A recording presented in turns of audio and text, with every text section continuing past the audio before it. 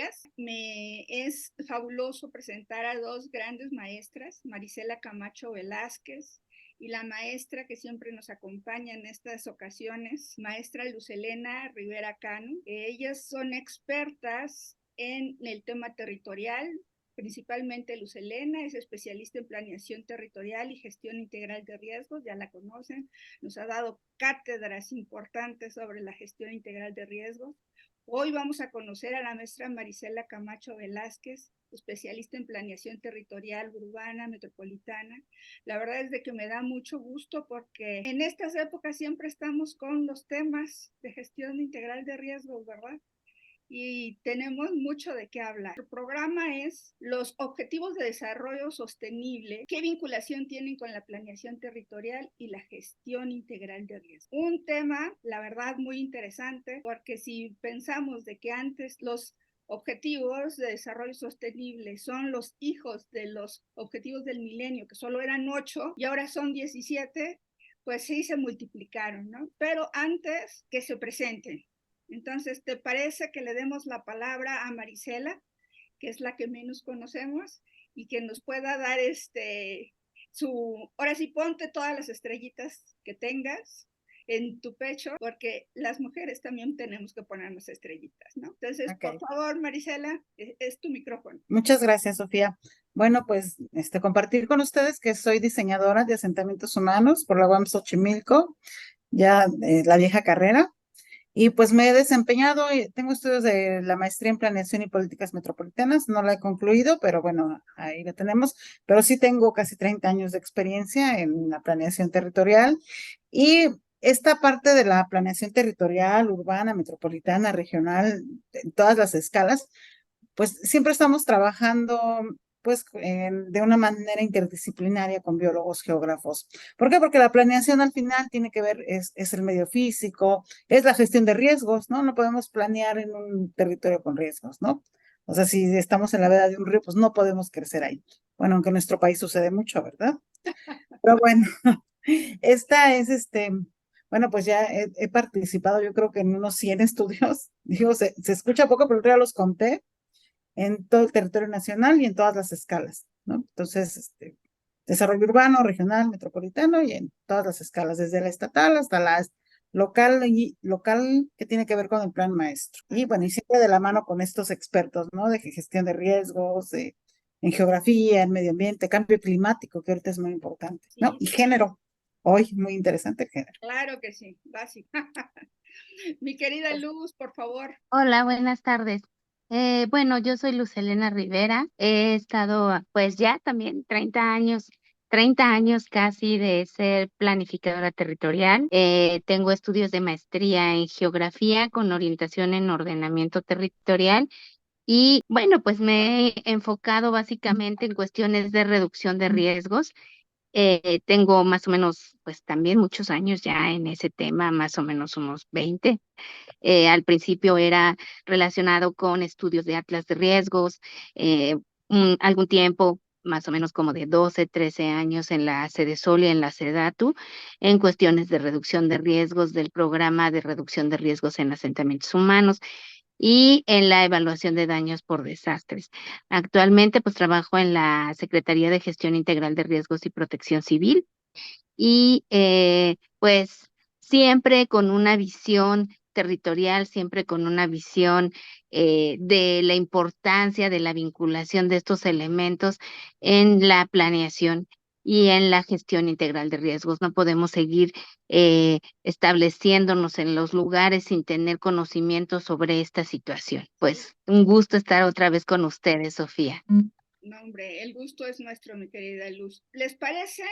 Platicamos de algo, hago la primera pregunta y la que la quiera contestar está perfecto y sería la primera como, ¿cómo se pueden integrar los objetivos del desarrollo sostenible en la planificación territorial?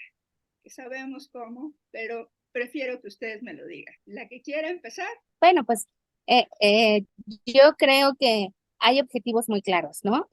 Todos nos estamos adecuando o viendo el objetivo número 11, que tiene que ver todo con la planeación del territorio, con la parte urbana, y también que tiene que ver con la reducción de riesgos, ¿no?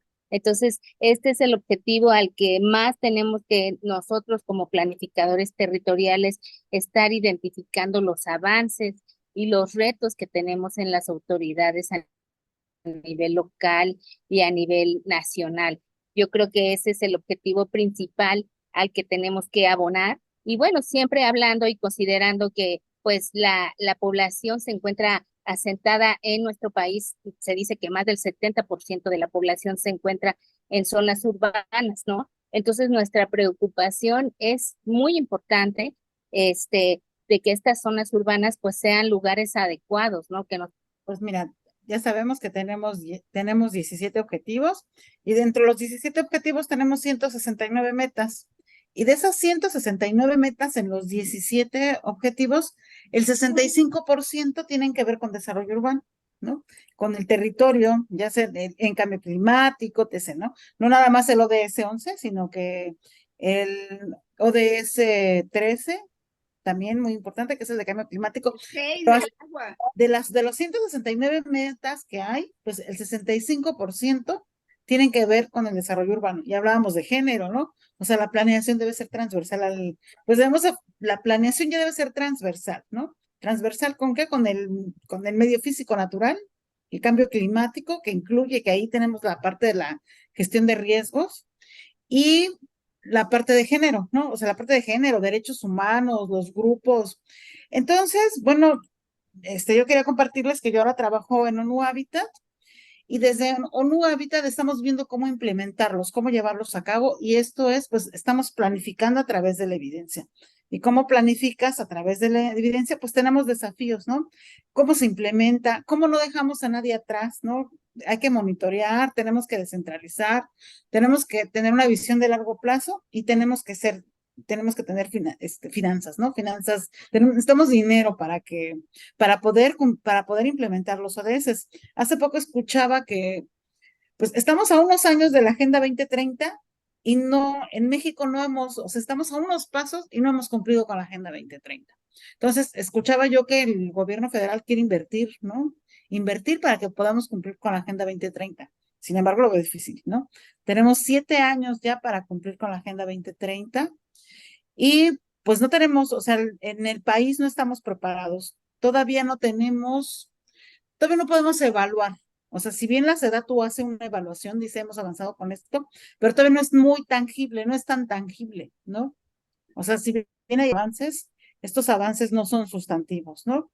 Y bueno, pues decirles que para que podamos implementar la nueva agenda urbana, pues necesitamos de políticas urbanas nacionales y subnacionales, o sea, no subnacionales, sino estatales, una legislación y un marco institucional muy bien fortalecido. Necesitamos tener planificación y diseño urbano con todos estos temas transversales que ya había mencionado, financiamiento, implementación, pero lo local, o sea, llevar la implementación a lo local. O sea, sí traemos una política nacional, pero necesitamos que se lleve a lo local para ver, de verdad, ver los efectos y hacer un fortalecimiento de capacidades. Y ese fortalecimiento de capacidades, pues necesitamos también una buena gobernanza, ¿no? Tenemos muchos sitios del país donde las capacidades no son suficientes. Entonces, nos tenemos que ocupar de que se fortalezcan esas capacidades para poderlo integrar en el desarrollo urbano y sobre todo en la gestión de riesgos, ¿no? Porque, pues, si no tenemos capacidades en temas urbanos, pues luego también desde la gestión de riesgos tampoco hay capacidades en muchos sitios. Entonces, yo me enfocaría en eso, en fortalecer capacidades para que desde lo local se puedan implementar los objetivos de desarrollo sostenible, ¿no? Entonces, nuestros queridos ODS. Perfecto. Cambio luz. Luz. Completamente de acuerdo, aunque yo creo que, bueno, acaba de salir el informe de los Objetivos de Desarrollo Sostenible y la verdad es que es muy preocupante, ¿no? O sea, si tú analizas, una gran parte de ellos no está alcanzando las metas, ¿no? Y se llama pues un análisis a la mitad del camino, casi al final, en donde vemos que la mayoría de los objetivos realmente tiene un progreso en su meta pues muy básico. Ellos lo catalogan en tres tipos, ¿no? Meta alcanzada o en vías de alcanzarla, estancamiento o en retroceso, proceso razonable, pero es necesario acelerarlo. Entonces, la mayoría de los de los ODS están en esta parte amarilla de pues un cierto avance, pero requiere un avance mucho más acelerado.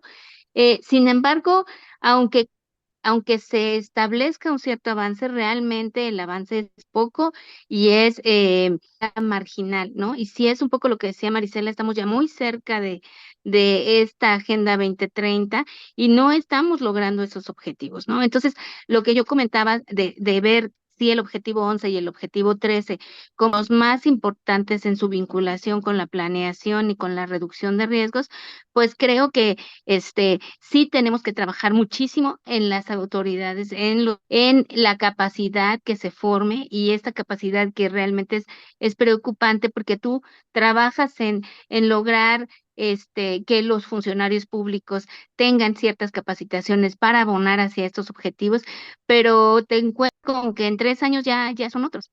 Y avanzando en la capacitación, en la definición de los objetivos, en el mantenimiento de las acciones que sí cuentan y que se están haciendo bien, y quizás en la transformación de acciones que no están logrando los frutos que. Fíjate que yo leí hace como 2, 3 meses un informe de Jeffrey Sachs, no sé si lo han escuchado.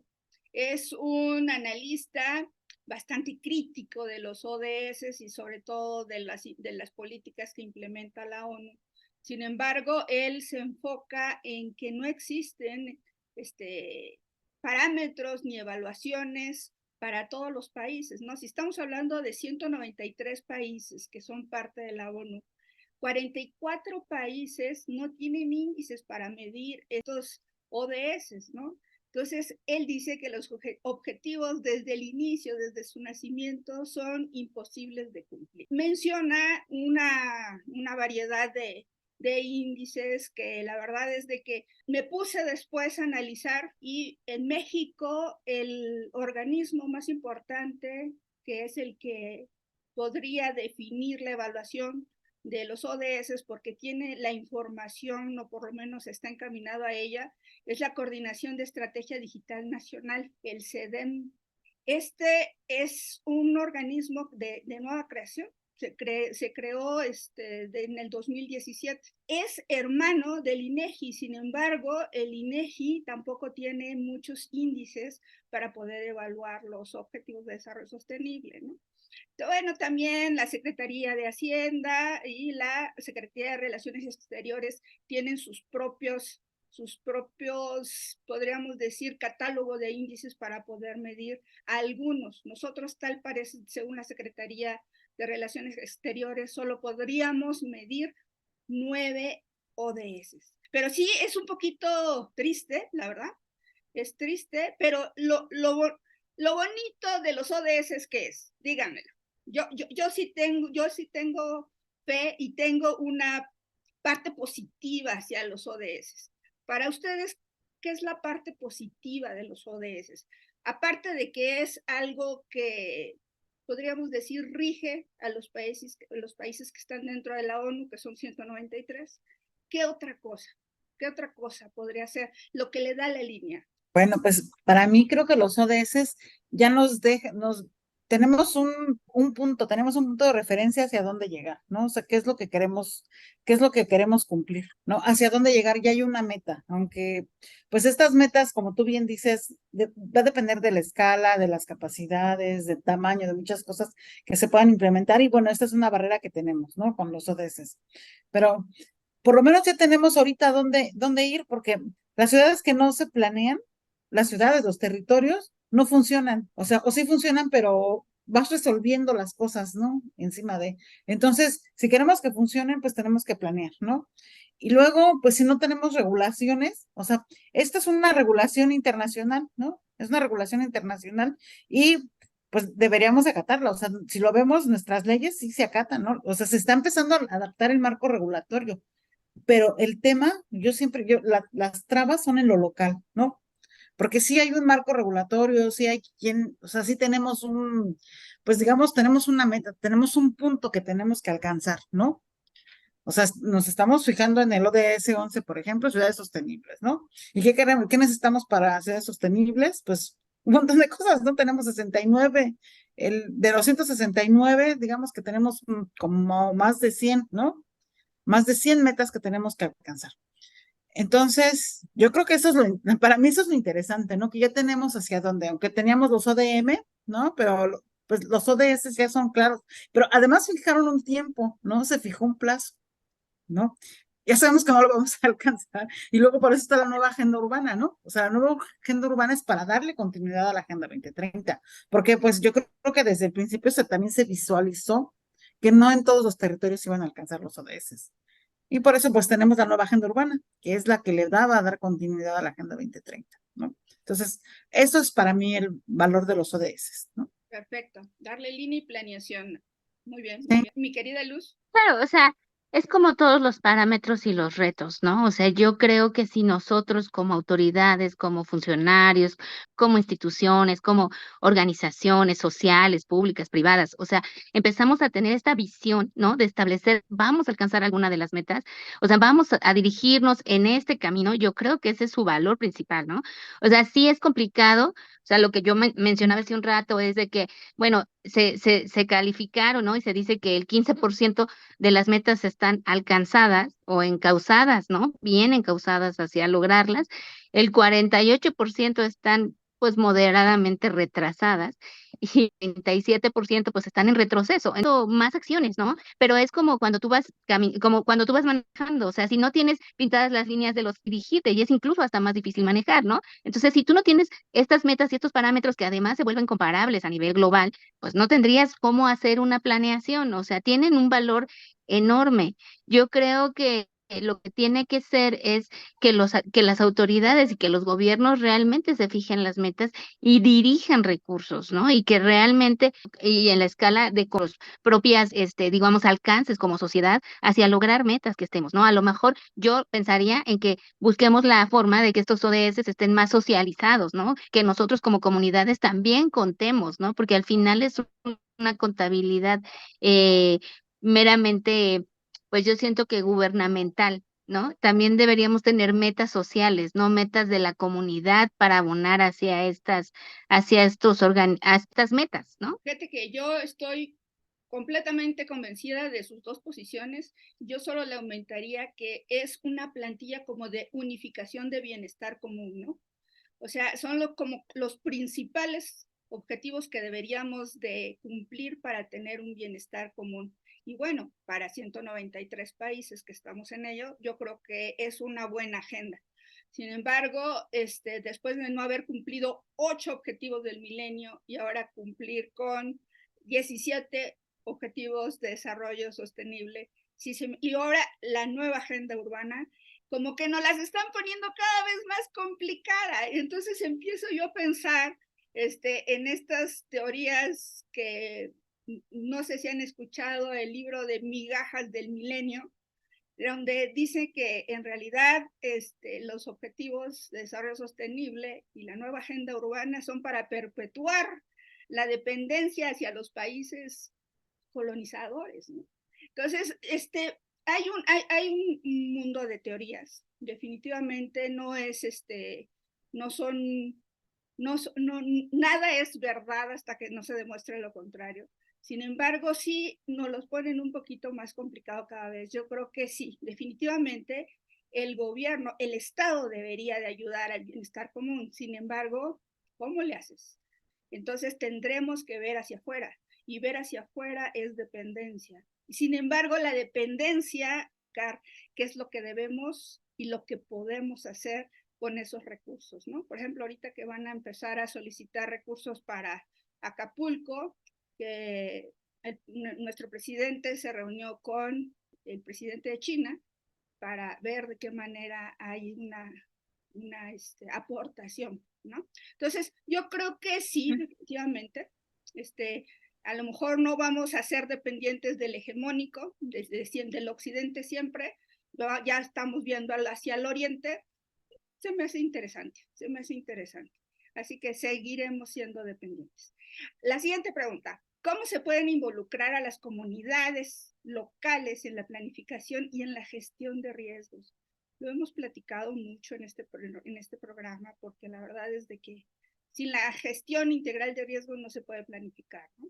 Entonces, ¿cómo lo seguimos integrando? Hay veces que hay un boom de atlas de riesgos, ¿no? Todo el mundo quiere hacer, y de repente ya pasan 2, 3 años y nadie hace un atlas de riesgos.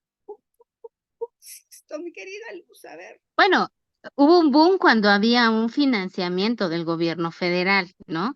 O sea, existía un programa que de alguna manera establecía pues estas metas. Y recordar también que tenía que ver si bien en ese tiempo eran los objetivos del milenio, llamaban Objetivos del Milenio.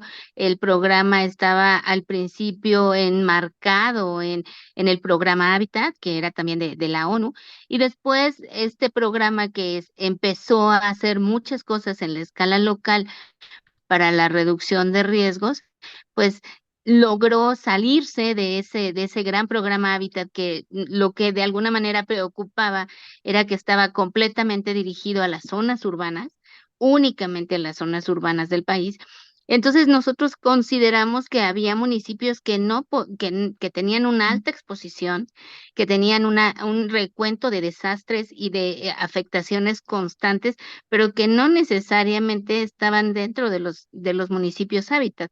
Entonces, esa fue la razón por la que se desvinculó de ese primer programa y entonces se empezó a financiar a todos los municipios que se quisieran elaboración del Atlas de Riesgos con un financiamiento del 50%. Esto pues le dio un boom, ¿no? En ese periodo entre el 2011 y el 2018, más o menos se hicieron, no recuerdo exactamente la cifra, pero más de 400 atlas municipales, ¿no? Actualmente ese programa ya no existe, ¿no? Y ya no existe que ayuden a las autoridades locales a hacer este tipo de instrumentos. Y la verdad es que es con interés en hacer ese tipo de instrumentos, ¿no? Si de por sí, bueno, en ese periodo se hicieron más de 400 atlas de riesgos, ¿no? Entonces, eso pues ayudaba a las autoridades municipales a tener este tipo de instrumentos y era complejo incluso que las autoridades municipales quisieran invertir en este tipo de instrumentos, ¿no? Entonces ahora que no existe el programa y que no existe un financiamiento, pues claro que las autoridades no ven la necesidad de identificar sus peligros y sus riesgos, ¿no? Y lo que nos preguntabas de cómo hacer que sean más, que la comunidad reconozca, se interese en la reducción de riesgos, pues bueno, se han implementado varias acciones en cuestión de brigadas comunitarias, ¿no? Para el reconocimiento del riesgo, para la delimitación de peligros y de fenómenos. En la Ciudad de México tenemos esas partes de comunidades y de brigadas comunitarias que hacen que entre los vecinos reconozcan los riesgos que existen en la zona donde habitas y que también los hace tener una cohesión social más importante, ¿no? Porque en la Ciudad de México, pues ya no somos tan cercanos con los vecinos a veces, ¿no? A diferencia de otros estados, ¿no? Que siguen teniendo un vínculo comunitario importante. Aquí a veces ya no nos conocemos. Entonces, ese tipo de ejercicios de las brigadas comunitarias para la reducción de riesgos han sido un ejercicio importante, ¿no? Que sirve para la capacitación en la reducción de riesgos, para la capacitación en primeros auxilios y para la determinación o delimitación de sus zonas de peligro y riesgo a nivel comunitario. Ese ejercicio también existe en otros estados, principalmente en Chiapas, ¿no? Que se ha trabajado mucho. Entonces, yo creo que ese es un modelo que debe replicarse y que de alguna manera nos ayuda a tener mejor conocimiento de lo que está pasando en cuanto a la reducción del riesgo. Mi querida Marisela, tú eres de Hábitat, ¿no? Fíjate que yo siempre he aplaudido su gestión en la parte gubernamental con las organizaciones civiles, instituciones académicas y bueno, hasta los centros de investigación. Pero ustedes, hasta donde yo recuerdo, tenían recursos para estos temas, ¿no? ¿Y ahora qué pasó? ¿Qué pasó con...? Pues, pero no es Hábitat quien tiene recursos, seguramente es la FAO o otra, no Hábitat, no. Pero bueno, o sea, aunque no sea Hábitat, pero yo creo que ahorita fortaleciendo lo que decía Luz Helena, pues cuando hacemos la planeación urbana, territorial, regional, metropolitana, tenemos este componente. Sí está dentro de los alcances se debe considerar la parte de riesgo, ¿no? A lo mejor habría que hacerlo un poco más visible porque sí se considera y sí cuando se planifica, Por eso yo te decía que trabajamos en un equipo interdisciplinario, ¿no? Porque siempre necesitamos aquí al geógrafo, al biólogo, al experto en riesgos, porque se tiene que planificar, ¿no? Por ejemplo, ahorita te quisiera poner de ejemplo Tulum, ¿no? Que se supone que se planifica en función de los ríos subterráneos, ¿no? Que la planificación va ahí, donde hay ríos subterráneos, se supone que no hay, esos deben ser parques lineales, deben ser zonas de conservación, ¿no? Se supone, digo, en la práctica, no sé si sea exactamente así, pero en la normativa, pues así es, ¿no? Entonces sí estamos planificando desde tratando de evitar los riesgos, ¿no? Pero somos un país tercermundista y sabemos que la gente va al lado del río, la gente va en la ladera, ¿no? Se van, ¿dónde tenemos los asentamientos irregulares? Pues en las zonas de riesgos, ¿no? Al final. Entonces, pues tenemos también estos talleres ciudadanos donde la gente sí es participativa y también reconocen el riesgo. O sea, yo he estado en muchísimos talleres, N talleres, si he estado en más o menos en 100 estudios y te cuento en cuántos talleres, pues muchísimos. La gente sabe y está consciente del riesgo en el que está. Entonces, yo creo que también hay que fortalecer, hay que llegar, o sea, tenemos estas herramientas para poder llegar a la población. O sea, podemos generar espacios de inteligencia colectiva, usar el capital humano para que todas las personas se sumen, crear compromisos, o sea, la gente también asume compromisos.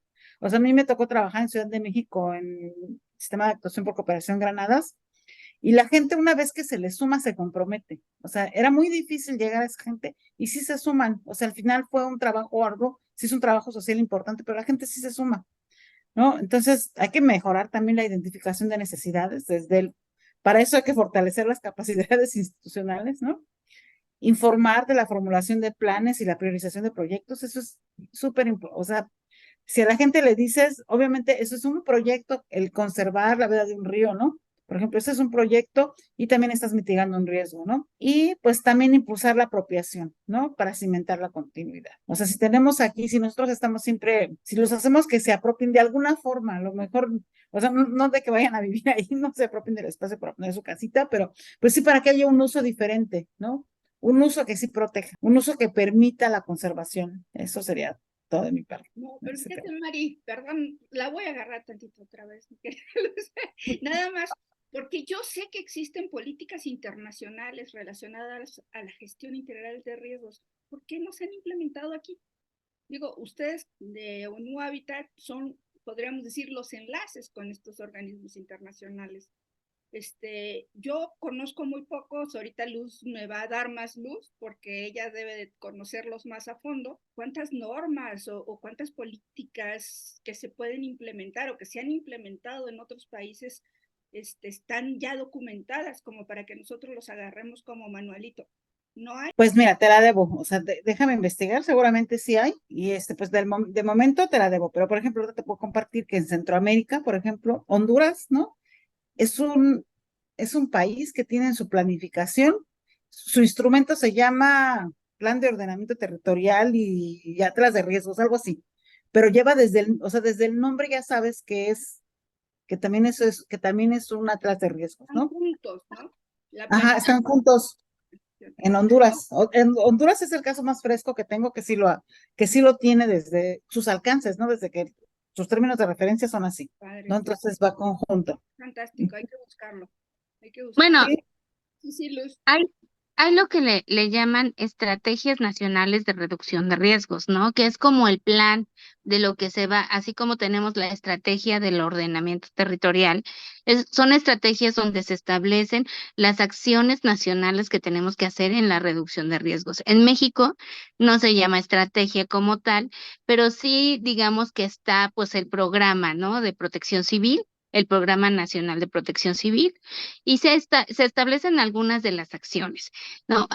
Yo creo que el logro de tener ya esta agenda, ¿no? De tener ya una visión de agenda de qué vamos a hacer en la reducción de riesgos es importante, ¿no? También a nivel internacional hay una metodología que se llama perfil de resiliencia urbana, que esa también la hace ONU Habitat y que en México la hicieron o la hicimos cuando al final en 2017 se hizo la metodología para México porque no era tan similar o no era tan compatible con los diferentes indicadores que teníamos aquí en México. Entonces se hizo una adaptación dentro de la SEDATU de esta estrategia de perfil, perdón, de este perfil de resiliencia urbana y se aplicó en 16 ciudades, ¿no? De México. Y creo que era muy interesante el resultado de estas estrategias, de este perfil, perdón, porque lo que se veía era que existían pues varios errores en la planeación en varias ciudades. ¿Qué quiere decir? Que la planeación pues tuvo una visión no pegada a la reducción de riesgos que estaba haciendo que pusiéramos equipamientos en zonas de riesgo y como lo hemos visto, ¿no? Equipamientos que están en zonas inundables, escuelas que están en zonas inundables, hospitales que están en zonas de deslizamientos. O sea, tenemos ese tipo de errores que tienen que ver con la planeación y con el ejercicio del recurso público. Como Entonces, de cada este perfil de resiliencia tenía 11 ejes, calificaba 11 ejes, y era muy interesante ver cómo algunos de los ejes eran muy similares sus resultados en todas las 16 ciudades aplicadas, que se aplicaron en ciudades digamos, de zonas de zonas de costa del Atlántico, del Pacífico, en zonas del centro del país, o sea, de 16 ciudades muy diversas, ¿no? Y sin embargo, algunas de los resultados eran muy similares. ¿Por qué? Porque tenían que ver con esa falta de visión de la planeación de esa falta de visión de la gestión integral de riesgos o de la reducción de riesgos en la planeación territorial, ¿no? Entonces estábamos provocando ciertas problemáticas que se estaban repitiendo en varias ciudades y que podías verlo, ¿no?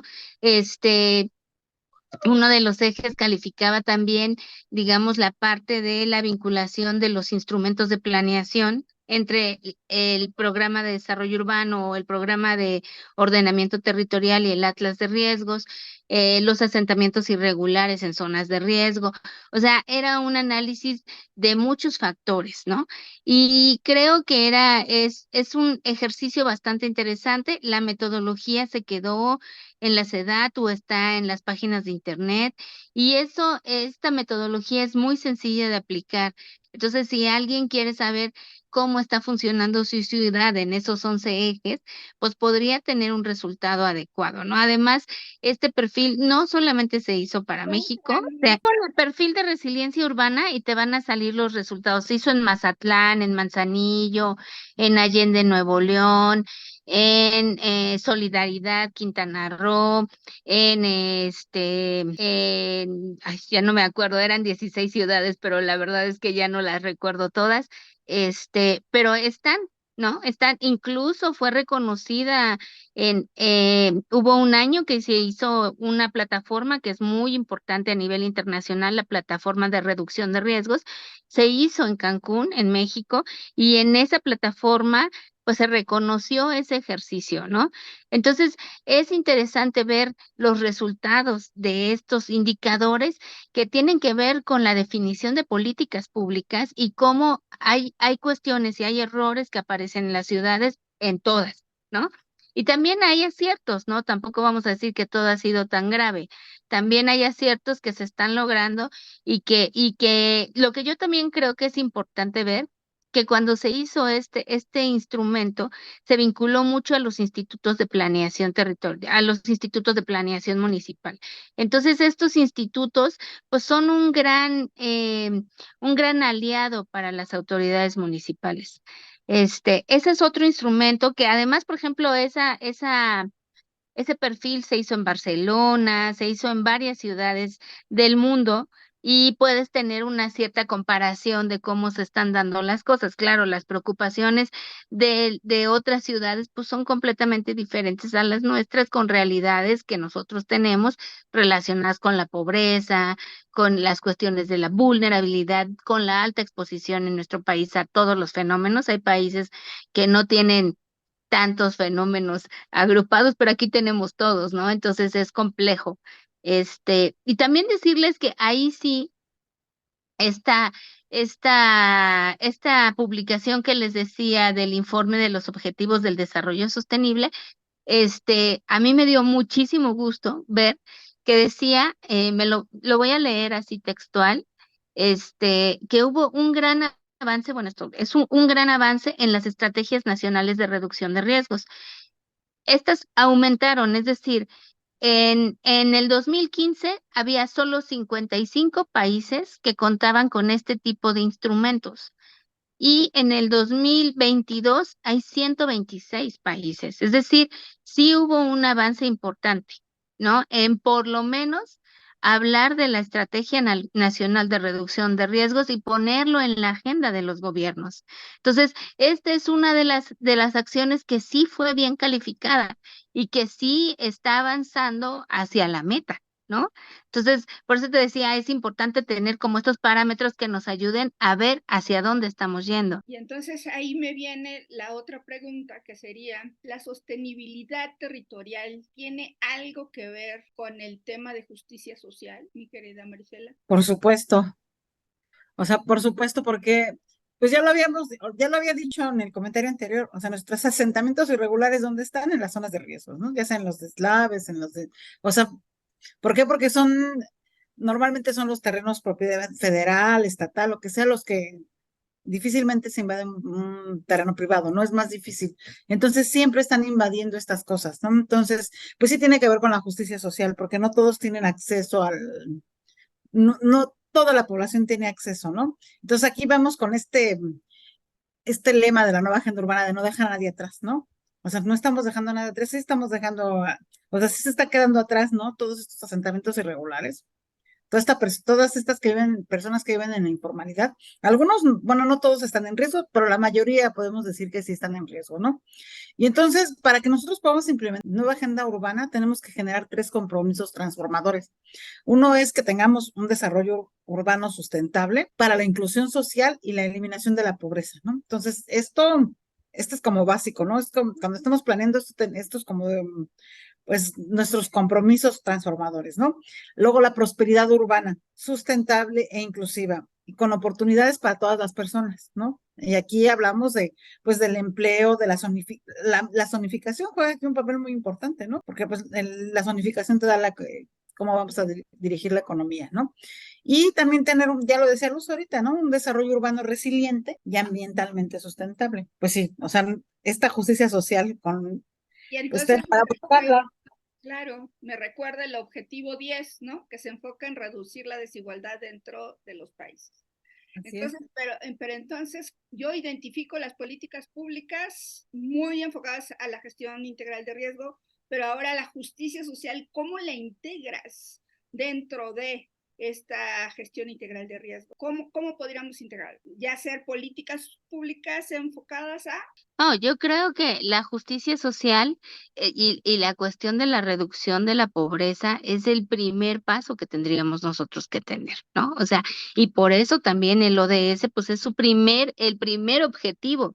Sin embargo, lo más triste es en el que hay menos avance, ¿no? O sea, porque los otros pueden ser como un poco de ir estableciendo mecanismos, instrumentos, políticas, pero al final lograr esta reducción de la pobreza, pues es el principal objetivo que deberíamos tener, ¿no?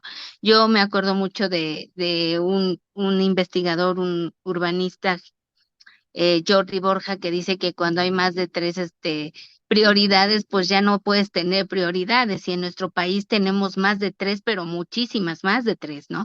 Entonces, yo creo que, y sí se ha dicho por este gobierno y por muchos antes, que siempre la pobreza es el primer paso, ¿no?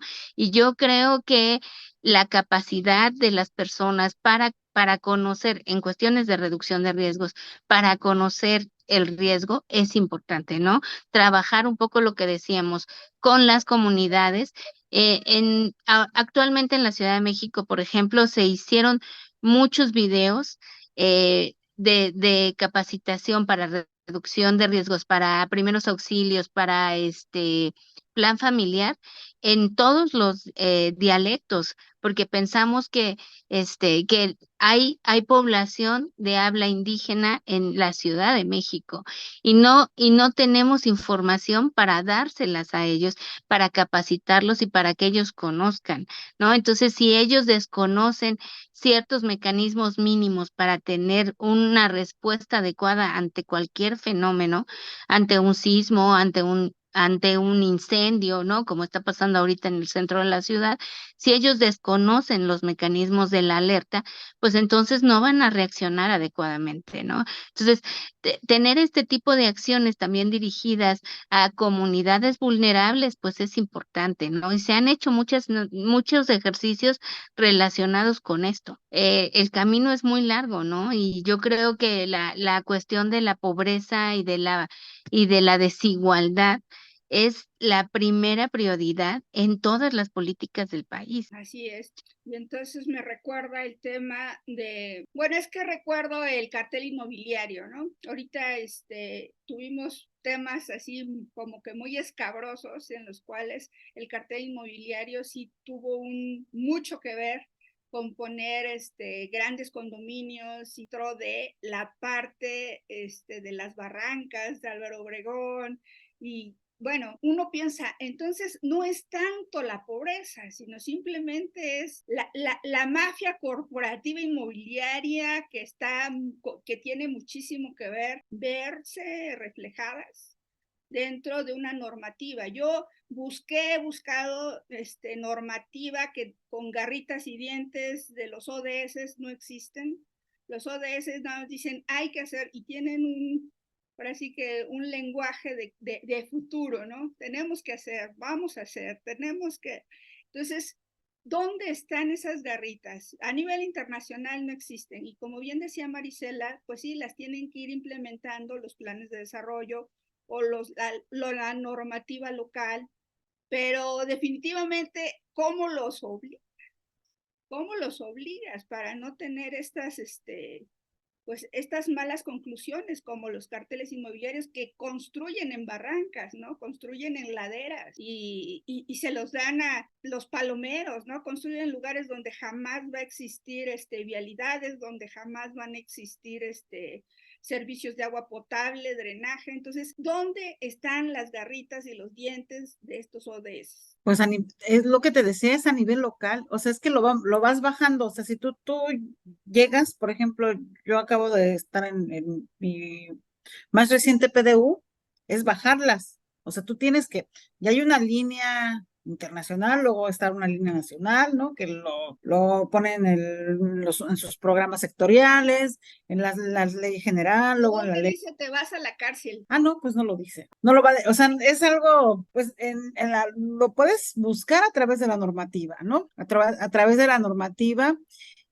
pero pues, eso nos lleva a otra cosa, que no en todos los estados, casi, bueno, creo que 2 o 3 tienen procuradurías urbanas, ¿no? Tienen procuradurías ambientales, pero no hay procuradurías urbanas, ¿no? Entonces sí pues hay delitos ambientales, pero no hay delitos urbanos, ¿no? Todavía, bueno, no en todos lados, aunque sí existen los delitos urbanos, pero no hay quien los aplique, ¿no? Entonces cualquiera se te ampara. Y lo he dicho en muchas ocasiones, o sea, necesitamos una procuraduría territorial, o sea, una procuraduría que así como la procuraduría ambiental obligue al buen uso del territorio, ¿no? O sea, y a mí no se me ocurre otra, ¿no? Que debe existir una procuraduría que identifique los malos usos territoriales, porque sí lo dice Sofía, o sea, el yo, esta gran complejidad de decir, ¿dónde dice que el cambio de un uso de suelo en una zona de riesgo es un delito? Lo dice, lo dice la Ley General de Protección Civil en el artículo 80 y tantos, donde dice el cambio de uso de... La de la alcaldía también lo dice. Exacto, o sea, lo dicen. Ahora, ¿quién lo sanciona? ¿No? Y luego decían, bueno, o sea, lo dice la Ley General de Protección Civil, pero no lo dice la Ley de Asentamientos Humanos. ¿Y yo a qué me voy a pegar a la de Asentamientos Humanos? Porque la que a mí me rige como, como planificador o no como autoridad municipal, pues es la Ley de Asentamientos Humanos, está la general y la estatal y etcétera. Entonces, lograr la concurrencia y la vinculación entre la ley general de ordenamiento, de desarrollo urbano y la Ley General de Protección Civil fue muy complejo. Y cuando se hizo la Ley General de Asentamientos Humanos, Ordenamiento Territorial y Desarrollo Urbano y todo lo que ahora se llama, estaba perfectamente vinculada con la Ley General de Protección Civil. Ahora la Ley General de Protección Civil tuvo un cambio y entonces nuevamente se desvincula, ¿no? Entonces, bueno, habría que hacerlo concurrente, pero no, yo creo que va más allá de tener leyes y tener instancias. O sea, yo recuerdo perfectamente haber tenido una plática con homólogos, yo cuando trabajaba en Sede Sol, con personas, digamos, como que tenían un cargo muy similar al que yo tenía en Sede Sol, pero franceses, ¿no? Entonces ellos me dijeron, yo les pregunté, oigan, ¿y ustedes cómo hacen para que las zonas de riesgo, no se ocupen? Y me dicen, ah, no, pues las delimitamos, este, y se dice que, pues, no, que esas zonas no se pueden ocupar. Y yo, sí, pero ¿cómo hacen para que no se ocupen? Bueno, es que está en la ley. Bueno, sí, está en la ley, pero ¿cómo hacen para que se cumpla la ley? Casi, casi. Ellos no entendían mi pregunta, porque está en la ley y la ley se cumple. Entonces, si los instrumentos de planeación son ley, ¿por qué no se cumplen? ¿No? Esa es la falta de regulación, de cumplimiento, de buscar una estructura más que realmente haga que se sancione la mala ocupación territorial y la mala, lo que decíamos, y hay muchos ejemplos horribles, ¿no? Por ejemplo, lo que pasó en Sonora con el ABS, ¿no? O sea, era de alguna manera, pues es una incompatibilidad de uso, si quieres, ¿no? O sea, cómo está esta situación, quién dio los permisos, tal. No pasó absolutamente nada. Lo que pasa en muchas ocasiones con las áreas de amortiguamiento de las fábricas. Las fábricas, las zonas químicas, dicen, oye, yo tengo mi área de amortiguamiento, pero la están invadiendo y el presidente municipal no hace nada. Entonces, ¿quién realmente va y sanciona? ¿Quién realmente va y regula ese tipo de complejidades territoriales? Pues realmente nadie, porque la función no necesariamente es, a veces parece que es de Semarnat, pero tampoco Sedatu, pero tampoco la autoridad local, pero tampoco la municipal, y al final siempre te dicen, es de la autoridad municipal, la que menos capacidad tiene. Un comentario de cada una de ustedes. Yo me quedo con este tema de generar la Procuraduría Territorial. Y yo creo que es algo que tenemos que empezar a empujar porque es súper importante. Si no, ¿para qué planeamos? ¿Para qué planificamos nosotros los planificadores? De veras que da muchísimo coraje que haces tu carta normativa y de repente te llegas al lugar y ya está completamente cambiado y todavía no se ha publicado la norma. Bueno, pues yo para cerrar también me quedo con bueno, no me quedo, sino que lo adopto, ¿no? Y que vayamos a buscar esta Procuraduría Urbana Ambiental. Sabemos que hay pocas en el país, pero por ejemplo, a mí ya me tocó ver que Mérida ya se está preparando, bueno, Yucatán se está preparando para tener su Procuraduría por ese boom inmobiliario que tienen, ¿no? Eso ese oferta de terreno, ¿cómo les llaman? Terrenos, ay, ahorita se me fue el nombre, pero te los venden donde sea y no hay nada, ¿no? Entonces, para evitar ese boom que tienen y que vino con el Tren Maya y que todo el mundo quiere vivir en Mérida y Mérida, la ciudad más segura, entonces están creando la ley para su Procuraduría, ¿no? Pero entonces, en ese quehacer vemos que solo hay 3 procuradurías a nivel nacional. 3 y bueno, si se publica la ley y todo, va a haber una 4ª, pero somos 32 entidades, ¿no? 32 entidades que tienen que tener su Procuraduría Urbana Ambiental o Territorial, como le quieras llamar, pero que atienda las 2 cosas. ¿Cuáles son esas 3, querida? San Luis Potosí tiene, pero es urbana, tiene Ciudad de México, Guanajuato y ya. Ah, mira. Hasta ahí. De Guanajuato. Gracias. Y bueno, próximamente Yucatán. Sí, a todos les surge. Bueno, yo creo que a todos, por ejemplo, yo vivo en Cancún y urge en Cancún, urge en Quintana Roo, ¿no? Pero bueno, ya Mérida está dando el paso y creo, bueno, que si ya hay 3 y ya está Yucatán dando el siguiente paso, pues que se empiecen a sumar, ¿no? Porque eso nos falta para terminar de implementar, porque al final no son sus competencias, o sea, aunque digan, o sea, no hay manera de tenerlos. Por ejemplo, yo en Quintana Roo no pueden evitar los asentamientos irregulares, aunque la ley diga que no se puede porque no hay, falta ese vínculo, tenemos ese vacío para que haya la sanción. Bueno, pues darle para eso. Bueno, pues yo decir que sí, efectivamente, creo que tenemos que tener esta eh, procuraduría y también yo creo que tener reglamentos de construcción reales, ¿no? O sea, el reglamento de construcción de la Ciudad de México es un muy buen ejercicio, funciona y funcionó mucho para reducir un poco el riesgo sísmico. Sin embargo, pues no es un copy-paste, ¿no? O sea, los diferentes estados y las diferentes ciudades tienen otro tipo de reglamentación y deben tener otro tipo de fenómenos a los que están expuestos. O sea, el reglamento de construcciones puede normar realmente de manera directa cómo estamos creciendo, ¿no? O sea, qué características deben tener los inmuebles ante algunos fenómenos.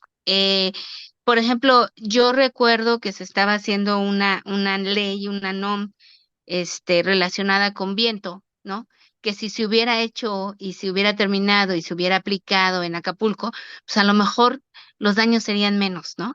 Entonces, hay instrumentos, ¿no? Hay instrumentos que se tienen que ir diseñando, que se tienen que establecer, pero que se tienen que cumplir, ¿no?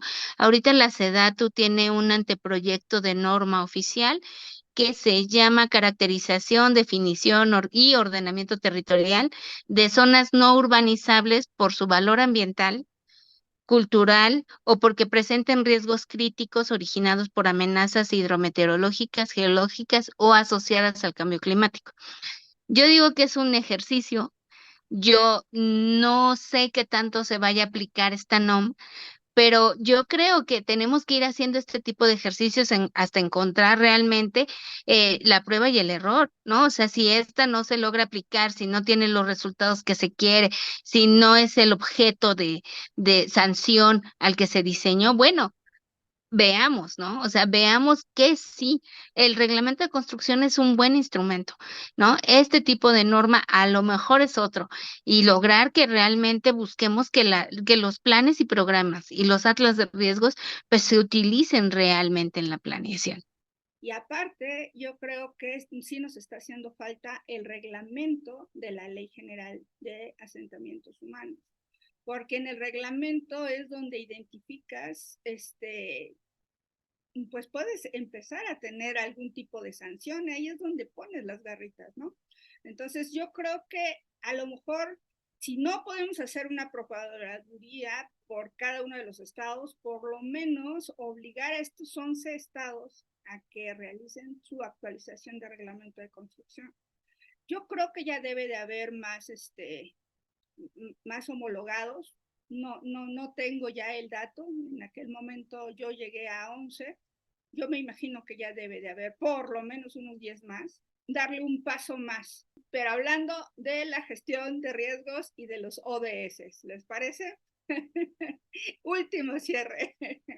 Mi querida Marisela. Pues la gestión de riesgos y los ODS, pues es que hay que aplicarlo, ¿no? O sea, es que lo hemos dicho en todo momento, ¿no? O sea, que hay que aplicarlo porque, bueno, de hecho, cuando se hace la planeación, en la planeación se reconocen las zonas de riesgos. Bueno, por lo menos en los planes en los que yo he trabajado, sí delimitas las zonas de riesgos, ¿no?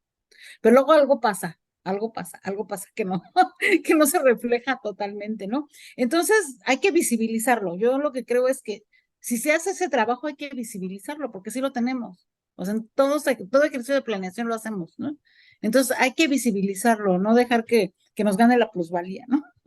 Bueno, que les gane a los gobiernos, porque en realidad es lo que pasa, les gana la plusvalía y entonces de repente ya no hablan del riesgo, ¿no? Y quiero mencionar que decían, por ejemplo, los reglamentos de construcción ya son más a nivel municipal. Por ejemplo, en Cancún, después de Vilma, ya todos los nuevos desarrollos ya no tienen que ser con la infraestructura subterránea, ¿no? Entonces ya nada más son los postes, ¿no? Por los daños. La zona vieja, la zona antigua, pues sí sigue teniendo sus cables, ¿no? Expuestos. Pero todos los nuevos desarrollos es subterráneo y eso va a la reducción de riesgos, ¿no? Abona. Pues sí, mira, yo creo que lo principal, aunque a veces pareciera que está incluido la planeación en la gestión integral de riesgos, creo que es complejo hacer instrumentos en nuestro país que cuestan 5 pesos, ¿no? Cada vez más baratos, cada vez con menos recurso y que pareciera que de verdad están descubriendo el hilo negro.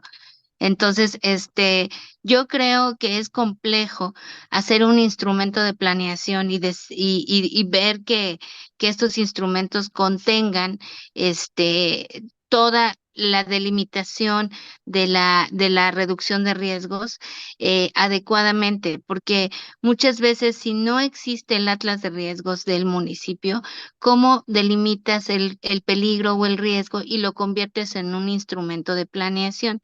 No te va a alcanzar con lo que está pagando ahorita la SEDATU, 1 millón de pesos, 1,200,000 para hacer un programa de desarrollo urbano y hacer dentro de limitar el peligro y el riesgo con ese mismo 1,500,000, por más de especialistas que contrates. O sea, es tomarnos las cosas en serio, o sea, y hacer unos estudios perfectamente delimitados. Yo lo que creo es que en cuestiones de reducción de riesgos tristemente, ayer escuchaba una persona, el CENAPRED está operando con recursos eh, mucho más bajos que nunca, ¿no?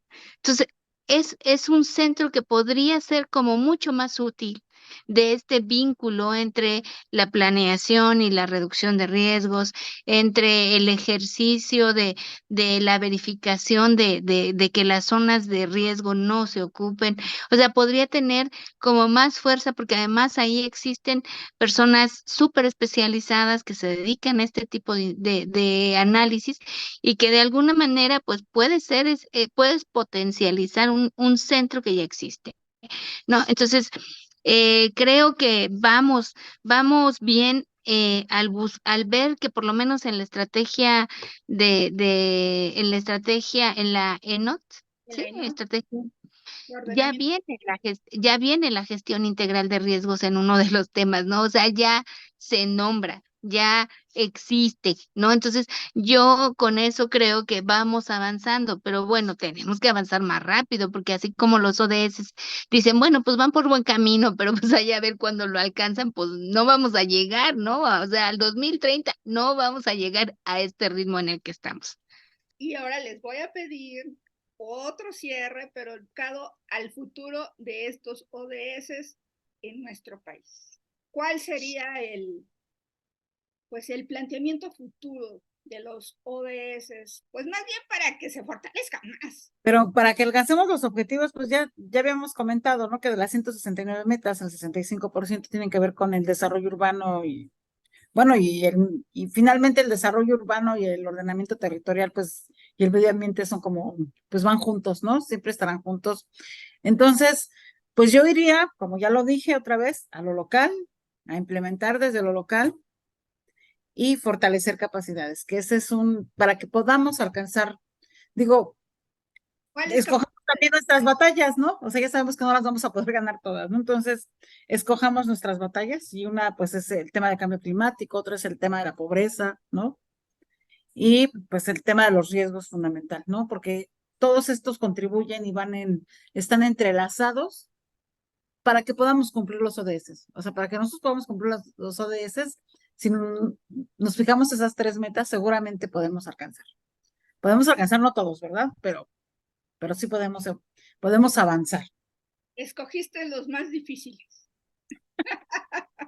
Pero los prioritarios, los primordiales, ¿no? Sí, el principal, que es reducir la pobreza, es mucha agenda. Hay mucha agenda para que se logre, en definitiva. Mi querida Luz. Yo creo que es muy importante bajarlo aún más hacia la comunidad, ¿no? O sea, lograr que que pudiéramos nosotros, digo, no está establecido así como tal, pero que pudiéramos realmente nosotros como comunidad marcarnos esas metas en algunos de nuestros alcances, ¿no? O sea, lo que decíamos, por ejemplo, en el impacto, en el cambio climático, sí podemos como comunidad avanzar, ¿no? Y medir qué estamos haciendo como comunidad, ¿no? O sea, no todo está directamente en las autoridades y en los gobiernos, ¿no? Realmente como comunidad podemos hacer muchas, muchas cosas. Yo creo que yo la verdad era de las menos me da pena, pero era de las menos, eh, que creía que estas cosas se podían hacer, pero mucho me ha obligado mi hijo, ¿no? O sea, de mamá, por qué usas bolsas de plástico? Mamá, ¿por qué compras eso? Mamá, ¿por qué no trajiste tu vaso? O sea, esas cosas que parecen, a mí me parecían un poquito como, pues yo pensaba, bueno, la industria no va a dejar de contaminar, no, pero si nosotros avanzamos en cosas, en esas pequeñas cosas, sí hay una reducción, ¿no? O sea, sí hay una reducción en el impacto. Yo creo que lograr como comunidad hacernos metas importantes, que nosotros también veamos que estamos logrando una meta del ODS a nivel internacional. Yo creo que sí es como más socializarlo más, ¿no? O sea, que la gente entienda que estas metas las estamos haciendo todos juntos, ¿no? Yo creo que una cosa importante sería eso. Y la otra, pues sí, como autoridades, desafortunadamente siento que algunas instituciones se les está dando menos recursos, ¿no? O sea, algunas instituciones que no necesariamente tienen pues un recurso directo a la población, ¿no? O sea, es decir, a lo mejor se está bajando el recurso en medio ambiente, a lo mejor en la institución, ¿no? A lo mejor, por ejemplo, antes era muy activo el Consejo Nacional de Población para la medición del ODS y ahora el Consejo Nacional de Población está reducido a como nunca, o sea, a lo mínimo, ¿no? Yo creo que está a dos de que ya de repente se diga que ya no va a haber Consejo Nacional de Población, ¿para qué si está el INEGI? No hacen lo mismo, ¿no? Entonces, ese tipo de instituciones que se están debilitando, a la CONAMA, ¿no? O sea, pues no, o sea, tienen una función. Y esa función también tiene que ver con los objetivos del desarrollo, este, los ODS, ¿no? Entonces, yo creo que por ahí también pensar en que al final las atribuciones de esas instituciones también tienen que ver con el mejoramiento del ambiente, con el mejoramiento de la calidad de vida de las personas, con la medición de estos objetivos, ¿no? Este, y bueno, pues por supuesto, seguir trabajando en la reducción de riesgos, ¿no? Y yo creo que hay entidades que han trabajado mucho más, donde además, pues por su exposición, pues lo tienen cada vez más sensible, ¿no? La Ciudad de México, porque sabemos que tiembla, pues cada vez estamos mucho más alertas de ver que la alerta sísmica funcione, ¿no? Por ejemplo, ahorita con Odis, el huracán, eh, pues se afectaron algunos de los sensores de la alerta, entonces hubo horas en las que no tuvimos alerta, ¿no? No podíamos tener la alerta al 100%. Entonces, la gente se enteró y entonces se preocupó, ¿no? Y había como cierta preocupación en las redes por esta situación. Eso quiere decir que nosotros ya nos estamos informando sobre eso, ¿no? Y exigir a nuestros gobernantes de estas cuestiones que de alguna manera pues nos garantizan calidad de vida, seguridad, ¿no? Pues resiliencia. Grandes reflexiones. Pues yo les agradezco muchísimo esta conversación. La verdad es de que nos quedamos a la mitad. Sin embargo, puede continuar y va a continuar el próximo año. Vamos a sumar a nuestra querida Marisela y vamos a empezar a tener unas conversaciones a lo mejor un poquito más largas, pero la verdad es de que siempre es un placer, mi querida Luz. Yo te felicito todo lo que estás haciendo también ahí en la Secretaría de Protección Civil. Eres grande, amiga. Marisela, felicidades por estar en un hábitat. Yo creo que es importante que tú seas así como el bastión ahí de todo lo que hemos platicado ahora y felicidades. Hasta este momento van a seguir siendo de mis gurús en estos temas. Un abrazo muy fuerte y si quieren decir algo, por favor. Pues nada más, muchas gracias por la invitación, por compartir con ustedes y con gusto una siguiente. Claro que sí, estaremos en la siguiente. Muchas gracias, Sofi. La verdad es que siempre es un gusto platicar y siempre nos quedamos con ganas de seguir en la plática. Entonces, un abrazo a todos y hasta luego. Gracias, un abrazo. Las quiero y seguimos